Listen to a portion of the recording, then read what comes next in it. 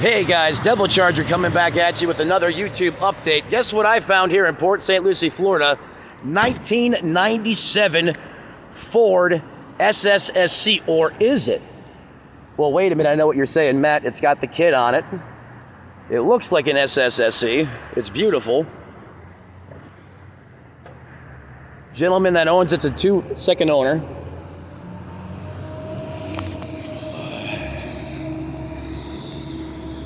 You know, super clean looking car. We love these cars, automatic. However, under the hood on this car, and you guys won't believe it, is a 3.8 liter naturally aspirated. So after talking to the owner, he filled me in that apparently the original purchaser of this car back in '99 had this kit put on as a dealer installed option. So you guys let me know in the comments section, how rare is this? If so, was that the case? Would love to know. This is the first one I've seen like it. Beautiful car. Just want to share it with you guys. Thank you.